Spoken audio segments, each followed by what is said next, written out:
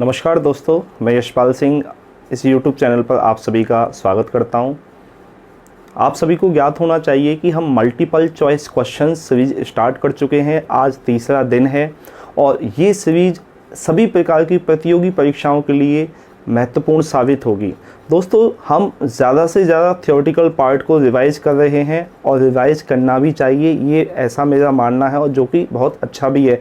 लेकिन वो स्टूडेंट्स जो उस टॉपिक से रिलेटेड मल्टीपल चॉइस क्वेश्चंस नहीं कर रहे हैं, यहाँ पर दोस्तों देखिए, आप थ्योरेटिकल पार्ट को कितना भी रिवाइज क्यों ना कर लें, लेकिन अगर आपको उस टॉपिक से रिलेटेड किस प्रकार के डाउट आपके मन में अभी हैं, उन डाउट को कैसे क्लियर करना है, या एग्ज़ाम में उस टॉपिक से रिलेटेड किस प्रकार के आपसे क्वेश्चंस पूछे जाने हैं, ये आपके लिए जानना बहुत ही ज़रूरी है। यहाँ पर ये जो सीरीज स्टार्ट करने का जो उद्देश्य है वो यही है कि आप उन समस्याओं को, उन डाउट्स को आप क्लियर कर लें जो आप एग्ज़ाम्स में फेस करने वाले हैं। क्योंकि यहाँ पर अगर आपको क्वेश्चन का एक पैटर्न होता है, एक फॉर्मेट होता है, अगर आपको वो नहीं पता है तो दोस्तों आपके लिए एग्ज़ाम के अंदर बहुत बड़ी समस्या हो सकती है। और इस सीरीज़ को स्टार्ट करने का उद्देश्य भी मेरा यही है।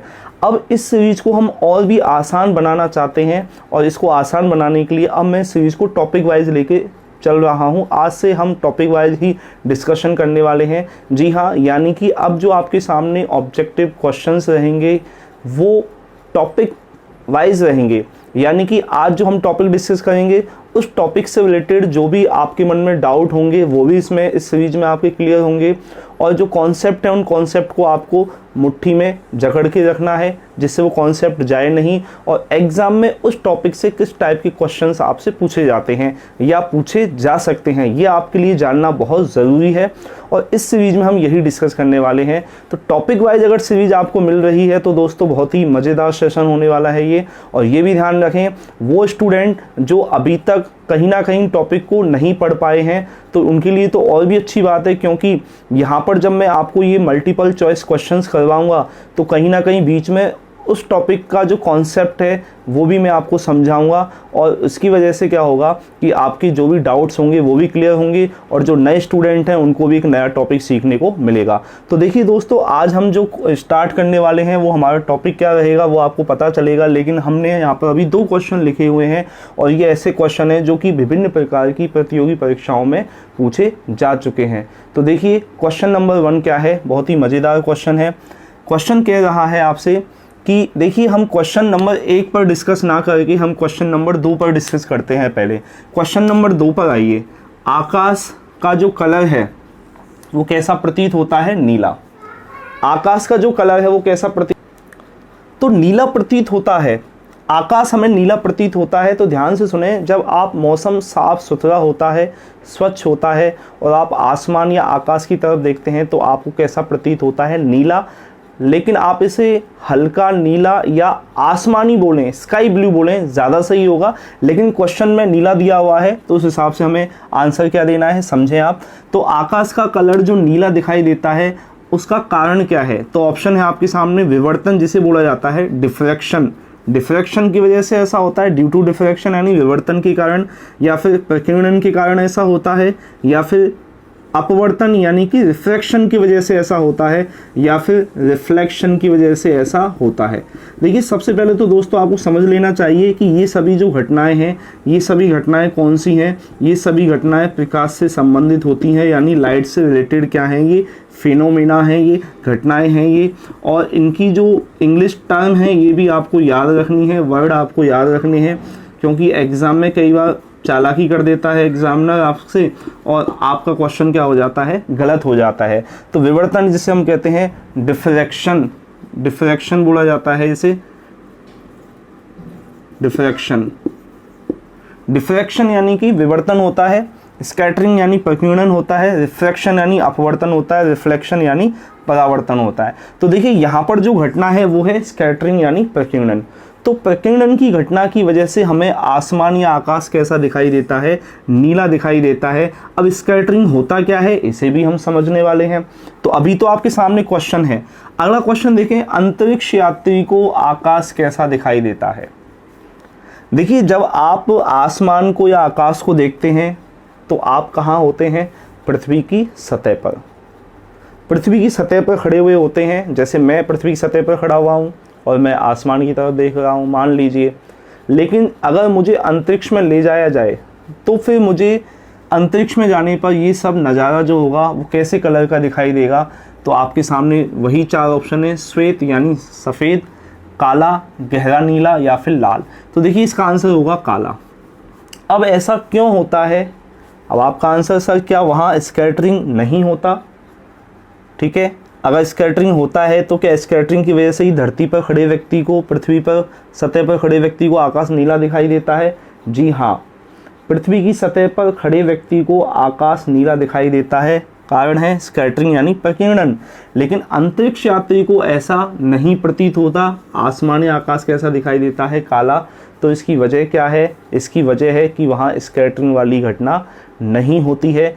तो अब हमें इस टॉपिक के दौरान ये समझना है दोस्तों कि स्कैटरिंग होता क्या है। पहले मैं आपको थोड़ा सा स्कैटरिंग के बारे में बताता हूँ, जिससे क्या होगा, जिससे आपके मन में कोई अगर डाउट है तो वो डाउट क्लियर होगा।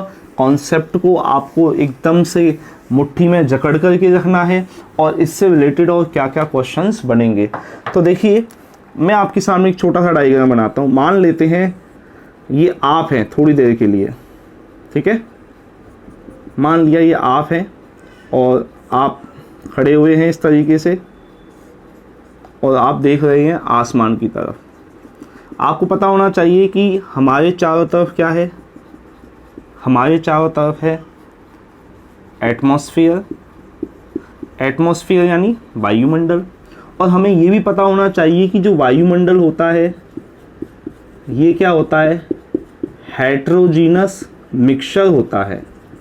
हेट्रोजीनस मिक्सचर जिसे हम कहते हैं विषमांगी, विषमांगी मिश्रण बोला जाता है। मिक्सचर होता है, जैसे आप नमक है, पानी, एक गिलास पानी लिया, उसमें नमक डाला, नींबू डाला, आपने चीनी शक्कर डाला उसमें, ठीक है, ये सब मिला दिया तो मिक्सचर तैयार हो गया। वैसे ही जो एटमॉस्फेयर होता है, वायुमंडल होता है, जो हमारे चारों तरफ होता है, ये वायुमंडल के अंदर क्या होता है? धुआं होता है, ठीक है, धुआं।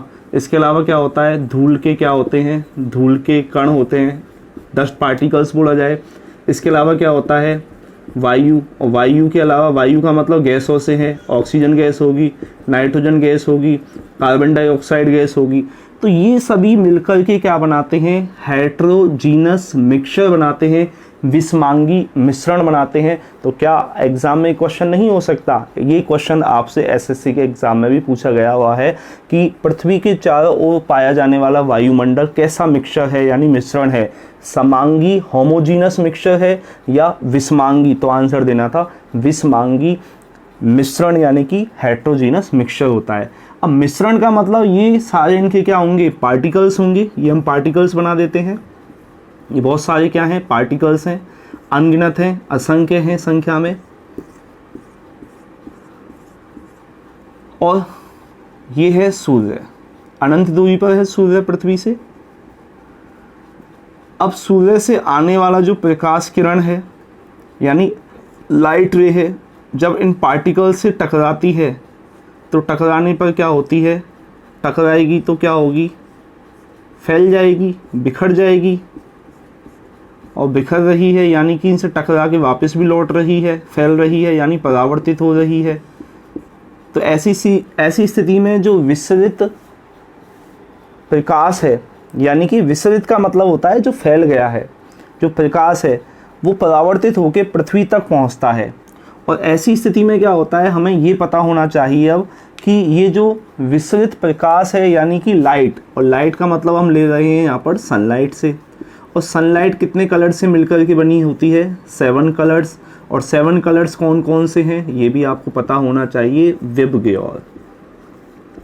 अगर ये आपको नहीं पता है तो लाइट से रिलेटेड अगर कोई भी क्वेश्चन आएगा एग्ज़ाम में तो उसका आंसर देना थोड़ा सा आपके लिए क्या होगा दोस्तों? मुश्किल होगा।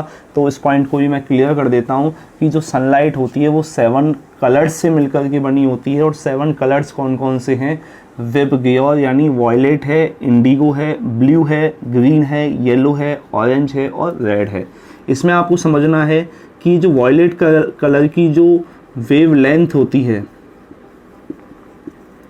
वेवलेंथ जिसे कहा जाता है तरंग दैर्ध्य, या फिर इसको हम लैम्डा भी बोल देते हैं। क्या बोल देते हैं इसे? लैम्डा। तो यहाँ पर जो वॉयलेट कलर की जो लैम्डा होती है या वेवलेंथ होती है वो होती है सबसे छोटी, यानी शॉर्ट होती है, बहुत छोटी होती है। और जो रेड कलर की वेवलेंथ होती है यानी इसकी जो लैम्डा होती है ये क्या होती है? लॉन्ग होती है, यानी कि बड़ी होती है। अब आपको ये भी पता होना चाहिए कि जो वेवलेंथ सबसे छोटी किसकी है? वॉयलेट की, और सबसे बड़ी किसकी है? रेड कलर की। तो इससे आपको एक पॉइंट क्लियर होता है, जब आप लेफ़्ट टू राइट जाते हैं तो लेफ़्ट टू राइट जाने पर यानी बाएं से दाएं तरफ चलने पर लैम्डा का मान यानी वेवलेंथ का मान क्या होगा? बढ़ेगा। और लैम्डा का सिंबल होता है उल्टे वाई के जैसा, उल्टे वाई। तो उल्टे वाई के जैसा होता है लैम्डा का सिंबल। तो आप देखिए लेफ़्ट टू राइट चलने पर लैम्डा बढ़ रही है, और आपको याद रखना है जब लैम्डा बढ़ती है ना तो प्रकाश का जो बिखराव है, बिखराव तो समझते हैं फैलने से है, और बिखराव को ही हम क्या बोलते हैं? स्कैटरिंग। स्कैटरिंग यानी प्रकीर्णन, वो क्या होता है? कम होता है। तो इसका मतलब ये हुआ कि इनके बीच में इन्वर्स रिलेशन आ गया, व्युत्क्रमानुपाती जिसे हम कहते हैं। यानी जैसे जैसे लैम्डा का मान बढ़ेगा, वेवलेंथ का मान बढ़ेगा, वैसे वैसे प्रकीर्णन भी क्या होता जाएगा? कम होता जाएगा। इसका मतलब ये हुआ कि 7 कलर्स में जो वॉयलेट कलर की वेवलेंथ सबसे छोटी है तो इसका स्कैटरिंग क्या होगा? यानी इसका बिखराव क्या होगा? इस कलर की वेवलेंथ का जो बिखराव है वो सबसे ज़्यादा होगा। और इसका मतलब ये हुआ कि इसका प्रकीर्णन भी क्या हुआ? सबसे ज़्यादा हुआ। तो यहाँ पर सबसे कम स्कैटरिंग यानी न्यूनतम स्कैटरिंग किसका होगा? जिसकी वेवलेंथ सबसे बड़ी होगी, और सबसे बड़ी वेवलेंथ किसकी है? रेड कलर की है। तो रेड कलर का जो बिखराव है यानी जो स्कैटरिंग है वो क्या होता है? मिनिमम होता है, यानी न्यूनतम होता है। तो देखिए ये टॉपिक आपको समझ में आ गया होगा। अब फिर एक बार ध्यान से सुने, जब प्रकाश की किरणें विभिन्न वायुमंडलीय परतों में से होकर के गुजरती हैं तो ये जो माध्यम के कण हैं, जो मीडियम पार्टिकल्स होते हैं, इन मीडियम पार्टिकल से ये किरणें क्या होती हैं? फैल जाती हैं, यानी बिखर जाती हैं और परावर्तित होकर के हम लोगों तक पहुंचती हैं, और जिसकी वजह से हमें ये आकाश कैसा दिखाई देता है? नीला दिखाई देता है। ठीक है, या फिर समुद्र का जल भी कैसा दिखाई देता है? नीला दिखाई देता है। या सूर्य उदय और अस्त के समय हमें इसके चारों तरफ रेडनेस यानी लालिमा या सूर्य कैसे दिखाई देता है? लाल दिखाई देता है। और खतरे के निशान भी सिंबल कैसे बनाए जाते हैं? वो भी रेड कलर के बनाए जाते हैं। तो देखिए इसे भी हम आगे समझने वाले हैं, ऐसे क्वेश्चन पर हम डिस्कस करने वाले हैं। तो याद रखें सनलाइट 7 कलर्स से मिलकर के बनी है। 7 कलर्स में जो 7 रंग हैं ये अलग अलग वेवलेंथ के होते हैं। अलग अलग का मतलब सबसे छोटी वेवलेंथ होती है वॉयलेट की, और सबसे बड़ी जो होती है वो रेड कलर की होती है। और जिसमें आप जाने जिसकी वेवलेंथ सबसे ज़्यादा होगी तो उसका स्कैटरिंग भी क्या होगा? सबसे कम होगा। तो ये पॉइंट क्लियर है। अब देखिए ये सारी घटना यानी स्कैटरिंग की जो घटना हो रही है वो सनलाइट यानी सूर्य के प्रकाश और माध्यम के कणों के बीच जो क्रिया हो रही है उसकी वजह से आपको ये सब दिखाई दे रहा है। अगर सनलाइट नहीं हो, मान लिया सनलाइट नहीं है, तो क्या आपको स्कैटरिंग होगा? आप कहेंगे सर नहीं होगा। अगर सनलाइट है और मीडियम पार्टिकल्स नहीं है तो ये किससे टकरा के फैलेगा? ये तो भी क्या प्रकीर्णन होगा? आप कहेंगे सर नहीं होगा।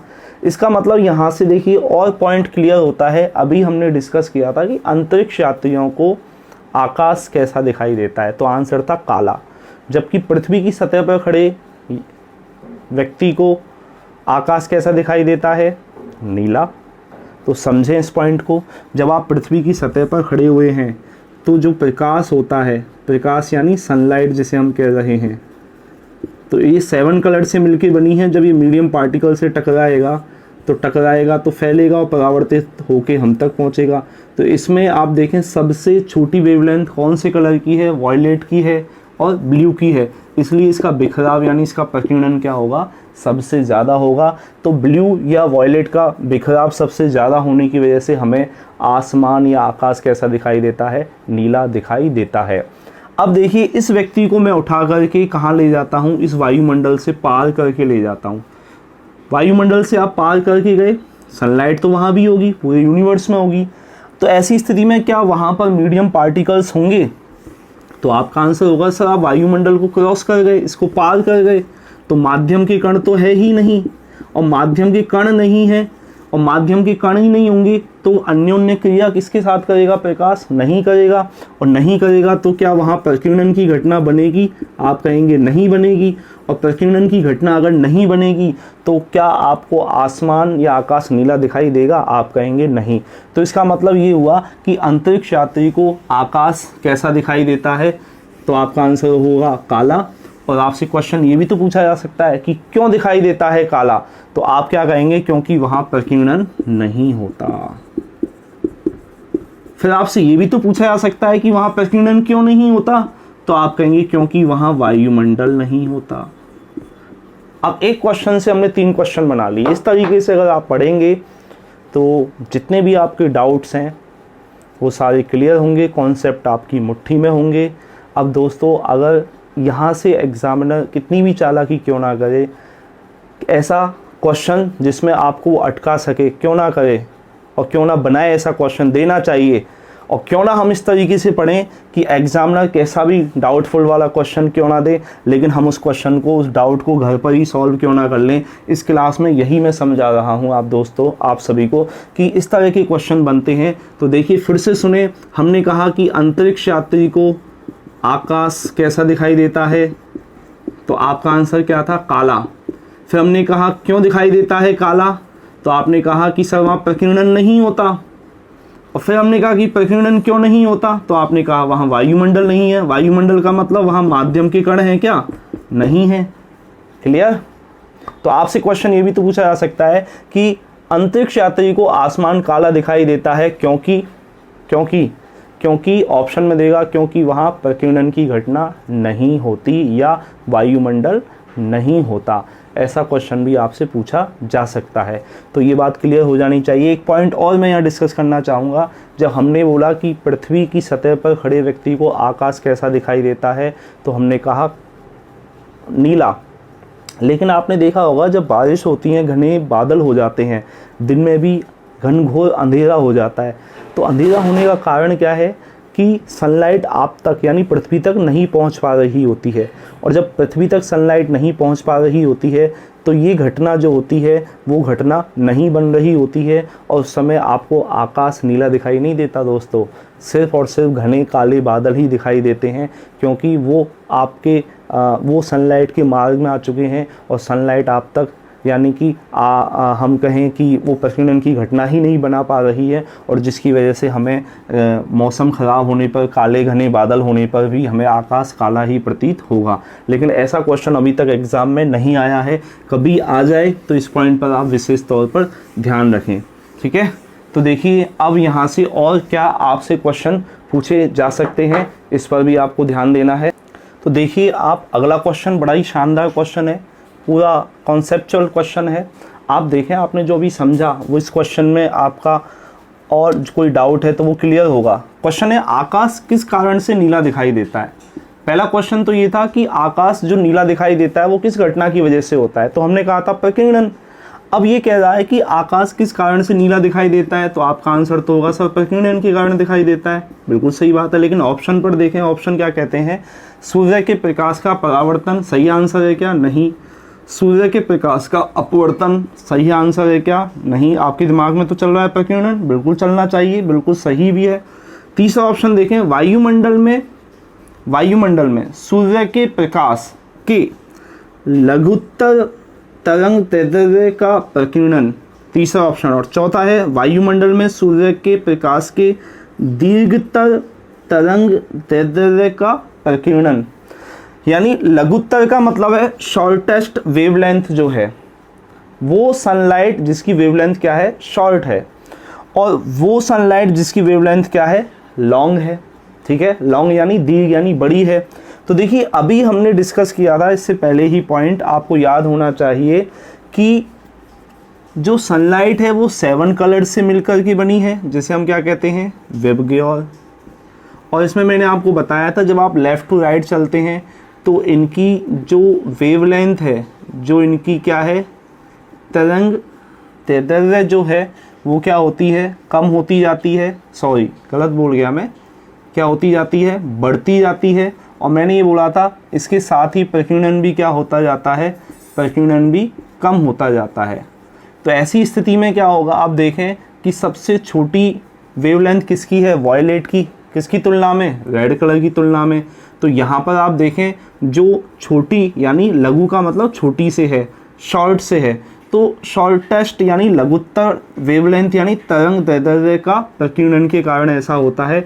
दीर्घतर के कारण ऐसा नहीं होगा, क्योंकि जो लॉन्ग वेवलेंथ होती हैं उनका तो प्रकीर्णन क्या होता है, सबसे कम होता है। और जब प्रकीर्णन ही कम होगा तो आसमान आपको नीला थोड़ी दिखाई दे सकता है। तो प्रकीर्णन यहाँ सबसे ज़्यादा किसका हो रहा है, वॉयलेट या हम कहें ब्लू का तुलना करें तो ऐसी स्थिति में आप देखेंगे तो इसका आंसर सी ज़्यादा सही होगा। डी ऑप्शन इसका आंसर बिल्कुल भी नहीं होगा।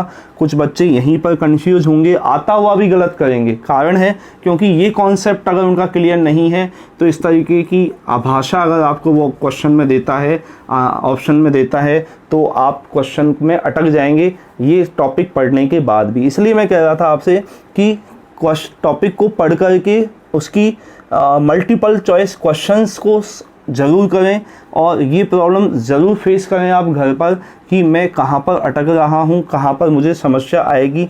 अब देखें अगला जो क्वेश्चन है, अगला क्वेश्चन क्या होने वाला है उसे भी ध्यान से देखें आप। बड़ा ही मज़ेदार क्वेश्चन, और आपको इस क्वेश्चन को पढ़ कर के ये गर्व होगा कि आकाश नीला दिखाई देता है। ये सबसे पहले किस वैज्ञानिक ने हमें बताया, या एक्सपेरिमेंट यानी प्रयोग के द्वारा ये सब सिद्ध कर दिया कि आकाश हमें नीला दिखाई देता है। तो उसकी एक वजह है, उसकी वजह एक घटना है, और उस घटना को यानी उस फिनोमिना को हम क्या कहते हैं, स्कैटरिंग यानी कि प्रकीर्णन। अब क्वेश्चन है आपके सामने कि सर सीवी रमन को उनके किस प्रयोग के लिए नोबेल पुरस्कार यानी प्राइज़ दिया गया। तो सबसे पहले तो आपको यही पता होना चाहिए कि सीवी रमन कौन है, ये भारतीय वैज्ञानिक हैं, क्योंकि यहाँ से क्वेश्चन पूछे जा चुके हैं एग्ज़ाम में। क्वेश्चन देखिए आपसे पूछा ये भी गया है कि पहले भारतीय वैज्ञानिक, फर्स्ट इंडियन साइंटिस्ट बताइए जिन्हें विज्ञान के क्षेत्र में नोबेल प्राइज़ मिला। तो आपका आंसर हो जाएगा सर सीवी रमन।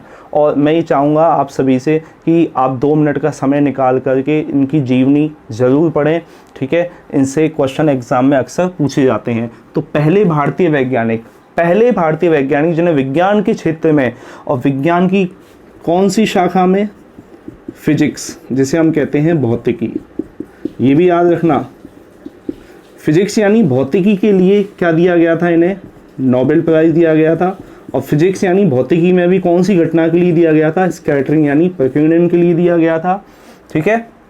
और स्कैटरिंग की वही घटना है जिसके कारण हमें आकाश कैसा दिखाई देता है, नीला दिखाई देता है। तो इसका आंसर तो प्रकीर्णन है।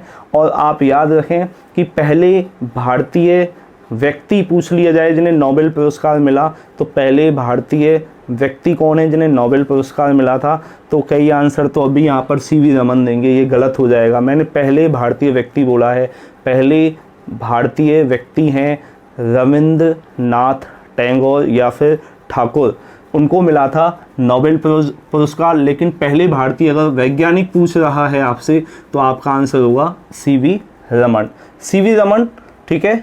तो आप याद रखें इन्होंने इस घटना को प्रयोग के द्वारा सत्यापित किया और इसके लिए इन्हें क्या मिला था, नोबेल पुरस्कार मिला था। नोबेल पुरस्कार क्यों दिए जाते हैं, कितने क्षेत्रों में दिए जाते हैं, ये सब आपको कहीं ना कहीं आपको लिखा हुआ मिलेगा। ये आपको इसके बारे में डिटेल पता करना है कि नोबेल पुरस्कार हमें क्यों दिए, किस क्षेत्र में दिए जाते हैं, कितने क्षेत्रों में दिए जाते हैं, किसकी याद में दिए जाते हैं, क्योंकि एग्ज़ाम में ऐसा क्वेश्चन भी आता है। अब इसी सीरीज का एक आपके लिए लास्ट क्वेश्चन है और उसके अलावा कुछ क्वेश्चन मैं आपको दूंगा जो उसका आंसर आपको ढूंढना है। तो देखिए अगला क्वेश्चन क्या, तो देखें क्वेश्चन बड़ा ही मज़ेदार क्वेश्चन है। डेंजर सिग्नल्स या सिंबल्स की अगर हम बात करें, जितने भी सिग्नल्स होते हैं या डेंजर सिंबल होते हैं वो हमेशा कौन से कलर के बनाए जाते हैं, रेड कलर के। तो उसी से संबंधित क्वेश्चन है ये। क्वेश्चन क्या कह रहा है, खतरे के संकेतों के लिए रेड कलर का प्रयोग किया जाता है? खतरे के संकेतों के लिए रेड कलर का प्रयोग किया जाता है। ऑप्शन है आपके लिए, यह हमारी आँखों के लिए आरामदायक होता है। दूसरा ऑप्शन है इसका प्रकीर्णन अधिकतम होता है। तीसरा ऑप्शन है इसका प्रकीर्णन न्यूनतम होता है, या इसका प्रकीर्णन नहीं होता। देखिए ये तो गलत है, प्रकीर्णन नहीं होगा तो हमें काला ही दिखाई देगा, ठीक है ना। तो ऐसी स्थिति अंतरिक्ष में होती है, मैंने आपको बताया था। ये कह रहा है आँखों के लिए आरामदायक होता है, ये भी कोई लॉजिक नहीं है, जबकि लाल कलर आँखों के लिए आरामदायक होता है क्या, बल्कि कष्टदायक होता है देखा जाए तो, ठीक है ना। इसका मतलब ये आंसर इसका नहीं है, कष्टदायक होना। और इसका प्रकीर्णन अधिकतम होता है, यह आंसर हो सकता है, या इसका प्रकीर्णन क्या होता है, न्यूनतम होता है। देखिए हमने पढ़ा था अभी थोड़ी देर पहले, आपको याद होना चाहिए कि जो लाइट है, प्रकाश है, वो कितने कलर से मिलकर के बना है, वो 7 कलर से मिलकर के बना है। और मैंने आपको बताया था कि जिसकी लैम्डा यानी वेवलेंथ सबसे क्या होती है, बड़ी होती है, लॉन्ग होती है, उसका प्रकीर्णन क्या होता है, न्यूनतम होता है, मिनिमम होता है, क्योंकि इनके बीच में इन्वर्स रिलेशन होता है, उल्टा संबंध हम कह सकते हैं होता है। तो ऐसी स्थिति में जिसकी लैम्डा यानी वेवलेंथ सबसे ज़्यादा है, वेवलेंथ सबसे ज़्यादा किसकी होती है, रेड कलर की होती है। और प्रकीर्णन न्यूनतम क्यों हो रहा है ये भी समझ लीजिए। देखिए क्या होता है, मैंने आपको बताया था जो मीडियम पार्टिकल्स होते हैं, तो मीडियम पार्टिकल से तो जो लाइट होती है, लाइट रे होती है, टकराती है, क्योंकि ये लाइट रे क्या है, एक बीम है, पुंज है। पुंज क्यों बोला, क्योंकि 7 कलर से मिलके बना है। तो यहाँ पर क्या होता है, जो शॉर्ट वेवलेंथ की लाइट रे जो कलर होते हैं, जैसे वॉयलेट होते हैं, ये तो क्या होते हैं, टकराते हैं और फैल जाते हैं, फैलते हैं। तो ऐसी स्थिति में यानी परावर्तित होकर हम तक पहुँच रहे होते हैं। लेकिन ऐसे रेड कलर की वेवलेंथ जो होती है वो कैसी होती है, लॉन्ग होती है। और लॉन्ग की स्थिति में ये क्या होती है, इसको जंप कर जाती है, और जंप करने की वजह से क्या होती है, इसका प्रकीर्णन क्या होता है, इनकी तुलना में क्या होता है, कम होता है। जंप करेगी और ऐसी स्थिति में जंप करेगी तो इसका बिखराव क्या होगा, न्यूनतम भी रहेगा यहाँ पर, या मान लीजिएगा इससे टकराएगा तो इसकी तुलना में क्या रहेगा, काफ़ी कम रहेगा। तो जंप करके ये आप तक पहुँचती है, आपके नेत्रों तक पहुँचती है। तो ऐसी स्थिति में क्या होता है कि जिसकी वेवलेंथ छोटी है उसका तो क्या हो रहा है, प्रकीर्णन यानी फैलाव ज़्यादा हो रहा है, आप तक पहुँचने में असमर्थ है। लेकिन जिसका प्रकीर्णन नहीं, बहुत कम हो रहा है, और ऐसी स्थिति में क्या होगा, रेड कलर की वेवलेंथ सबसे ज़्यादा है तो प्रकीर्णन क्या होगा, इसका वेवलेंथ सबसे ज़्यादा है तो प्रकीर्णन न्यूनतम होगा। तो ये इस वेवलेंथ का प्रकाश आपकी आंखों में प्रवेश करेगा, और प्रवेश करेगा तो इसलिए आपको ये दिखाई भी स्पष्ट दे जाएगा। इसका मतलब ये है कि जो रेड कलर होता है उसकी वेवलेंथ ज़्यादा होने की वजह से उसका प्रकीर्णन न्यूनतम होता है, यानी बिखराव न्यूनतम होता है। इसलिए बाकी के अन्य कलर का बिखराव इसकी तुलना में ज़्यादा होने की वजह से वो आप तक पहुंचने में असमर्थ होते हैं, जबकि रेड कलर आप तक पहुंच जाता है। इसलिए ये दूर की वस्तुएं भी, यानी जो सिग्नल्स हैं, जो सिंबल हैं रेड कलर के, वो दूर से भी आपको दिखाई दे जाते हैं। तो इसका मतलब इसका जो प्रकीर्णन होता है वो क्या होता है, न्यूनतम होता है। भाई प्रकीर्णन का मतलब है बिखराव से, फैलाव से, ठीक है, बिखराव से या फैलाव से, यानी कोई चीज़ आपके लिए यहीं फैला दी जाए। जैसे यूँ मान लीजिए कि होली पर आप देखें कि आप होली पर कुछ अलग अलग कलर के गुलाल लेते हैं और अलग अलग बर्तन या प्लेट के अंदर भर करके उन्हें रख देते हैं। मैं कहता हूँ कि उनमें से आपने ग्रीन कलर के गुलाल को वहीं फैला दिया, तो फैला दिया मतलब बिखेर दिया। तो अब इसे यूँ मानिए कि यही प्रकीर्णन है, तो उसी की वजह से मतलब फैल गया है, तो बाकी ये 2 कलर तो दब जाएंगे, वही दिखाई देगा। और एक इसे आप यूँ भी समझें कि मान लीजिए एक स्थिति ऐसी आए कि जब आप किसी रेड कलर की वस्तु को दूर से देख रहे हैं तो बाकी की क्योंकि 7 कलर्स में से 6 कलर तो आप तक कम पहुंचेंगे। कारण है क्योंकि उनका बिखराव ज़्यादा हो, वहीं फैल गए तो आप तक नहीं पहुंच पाएंगे, असमर्थ होंगे। लेकिन रेड कलर तो पहुंचेगा ना, क्योंकि उसका बिखराव क्या हो रहा है, सबसे कम हो रहा है। तो ये कॉन्सेप्ट आपको समझ में आ जाना चाहिए। तो कल के लिए जो आपके लिए मैं क्वेश्चन दे रहा हूँ वो ध्यान से सुने। क्वेश्चन है कि समुद्र का जल हमें नीला क्यों दिखाई देता है। पहला क्वेश्चन, नीला क्यों दिखाई देता है जबकि हमें तालाब का जो जल है, तालाब के किनारे खड़े व्यक्ति को उसका जो जल है वो नीला दिखाई नहीं देता, जबकि समुद्र के किनारे खड़े व्यक्ति को उसका जल कैसा दिखाई देता है, नीला दिखाई देता है। दूसरा क्वेश्चन आपके लिए ये है कि अत्यधिक ऊंचाई पर उड़ते हुए यात्रियों को आकाश कैसा दिखाई देगा। अत्यधिक ऊंचाई पर उड़ते हुए यात्रियों को आकाश कैसा दिखाई देगा। तीसरा क्वेश्चन है आपके लिए, कल हम डिस्कस करेंगे, आंसर बताऊंगा कि सूर्य उदय और सूर्य अस्त के समय इसमें जो लालिमा यानी जो रेडनेस दिखाई देती है उसका कारण कौन सी घटना है और वो रेडनेस क्यों दिखाई देती है और जो घटना भी है तो ये सभी क्वेश्चन के आंसर आप सभी को खोजने हैं। और फिर मैं आपसे कहूँगा कि ये हमने जो multiple choice question series start की है इसको सार्थक बनाएं। सार्थक तभी होगी जब आप इस वीडियो को कंप्लीट देखेंगे, पूरा देखेंगे, ज़्यादा से ज़्यादा इसे लाइक करें, शेयर करें। और इससे रिलेटेड आपके मन में अगर कोई भी डाउट है तो आप मुझे कमेंट बॉक्स में जाकर के कमेंट करें। और बाकी अधिकतर स्टूडेंट के पास में कॉन्टैक्ट नंबर होंगे, आप मुझे व्हाट्सएप कर सकते हैं, कॉल भी कर सकते हैं। अगर आपको तब भी कोई प्रॉब्लम है तो मैं आपको फ़ोन पर भी ये सब कुछ समझा दूंगा, ठीक है ना। मतलब डाउट नहीं रखना है अपने को, सारे डाउट क्लियर करने हैं, कॉन्सेप्ट को मुट्ठी में रखना है। फिर हम देखते हैं कि कैसे हम क्वेश्चन सॉल्व नहीं कर पाते हैं। लेकिन ये तभी सार्थक होगा दोस्तों जब आप इन क्वेश्चंस को इस तरीके से बड़े आराम से तसल्ली पूर्वक और मन को शांत रख करके इनको स्टेप बाय स्टेप इनके ऑप्शन देखकर इन्हें सॉल्व करेंगे, तभी ये सार्थक होगा। ये याद रखना, रट्टाफिकेशन नहीं करना है। बहुत सारे स्टूडेंट है क्वेश्चन को पढ़ते हैं कि खतरे के संकेतों के लिए रेड कलर का प्रयोग क्यों किया जाता है और आंसर रट लिया, ठीक है ना। तो ज़रूरी नहीं है क्वेश्चन फिर से हूबहू ऐसे ही कॉपी करके देगा। अगर उसने इस क्वेश्चन की थोड़ी सी भाषा को बदल दिया तब आप उस स्थिति में क्या करेंगे आप। या ऐसे भी तो दे सकता है कि इसका प्रकीर्णन यानी बिखराव, यानी प्रकीर्णन की जगह क्या लिख सकता है कि बिखराव लिख सकता है, वो आपके लिए अधिकतम होता है, ठीक है। तो बिखराव का मतलब यहाँ पर आपको प्रकीर्णन से ही लेना है। तो इस वीडियो को ज़्यादा से ज़्यादा लाइक करें, शेयर करें और चैनल को सब्सक्राइब करें। धन्यवाद।